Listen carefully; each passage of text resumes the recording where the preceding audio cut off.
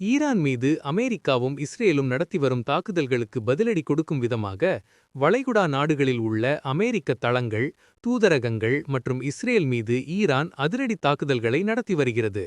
ஈரானுடனான போரில் முக்கிய திருப்பமாக அந்நாட்டில் முக்கிய எண்ணெய் ஏற்றுமதி முனையமான கார்க் தீவின் மீது கடந்த வாரம் மிகப்பெரிய தாக்குதலை நடத்திய அமெரிக்கா அங்கிருந்த இராணுவ நிலைகளையும் முற்றிலும் அழித்தது. கடந்த 2 தினங்களில் ஈரானின் முக்கிய தலைவர்களான தேசிய பாதுகாப்பு செயலாளர் அலி லாரிஜானி உட்பட 3 பேர் அமெரிக்காவின் தாக்குதலில் கொல்லப்பட்டனர். இந்த நிலையில் இதற்கு பதிலடி கொடுக்கும் விதமாக ஈரான் ஒரே நாளில் இஸ்ரேல் மற்றும் வளைகுடாவின் 9 நாடுகள் மீது பாலிஸ்டிக் ஏவுகணைகள், ட்ரோன்கள் மூலம் தாக்குதல் நடத்தியுள்ளது. உலகின் மிகப்பெரிய எரிசக்தி உற்பத்தி மையமான கத்தார் நாட்டில் உள்ள ராஸ்லபான் எரிசக்தி மையத்தின் மீது 14 பாலிஸ்டிக் ஏவுகணைகளை வீசி ஈரான் தாக்குதல் நடத்தியுள்ளது. இதில் மிகப்பெரிய சேதம் ஏற்பட்டுள்ளதாக சர்வதேச ஊடகங்கள் செய்தி வெளியிட்டுள்ளன. ஐக்கிய அரபு எமிரேட்ஸை குறிவைத்து 6 பாலிஸ்டிக் ஏவுகணைகள் மற்றும் 21 ட்ரோன்கள் மூலம் ஈரான் தாக்குதல் நடத்தியுள்ளது.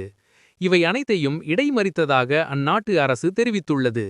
இங்குள்ள எரிசக்தி ஆலைகள் மீது தாக்குதல் நடத்தப்படலாம் என்ற அச்சம் நிலவுவதால் பணிகள் தற்காலிகமாக நிறுத்தப்பட்டுள்ளன.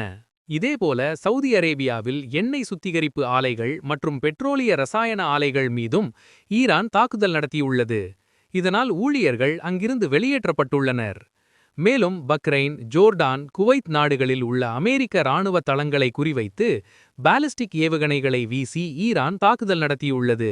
ஓமனில் தொழிற்சாலை மீது நடத்திய தாக்குதலில் பல தொழிலாளர்கள் கொல்லப்பட்டுள்ளதாக தகவல்கள் தெரிவிக்கின்றன. மேற்கு தலைநகரமான பெய்ட் அவாவில் ஈரான் நடத்திய தாக்குதலில் 3 பாலஸ்தீன பெண்கள் பலியாகியுள்ளனர். கடந்த 19 நாட்களில் 500க்கும் மேற்பட்ட பாலிஸ்டிக் ஏவுகணைகள் மற்றும் 2000 ட்ரோன்கள் மூலம் ஈரான் மத்திய கிழக்கில் தாக்குதல் நடத்தியுள்ளது.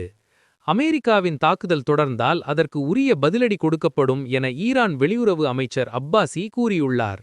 இதனால் மத்திய கிழக்கு பிராந்தியத்தில் போர் இப்போதைக்கு தணியாதென சர்வதேச அரசியல் நிபுணர்கள் தெரிவிக்கின்றனர்.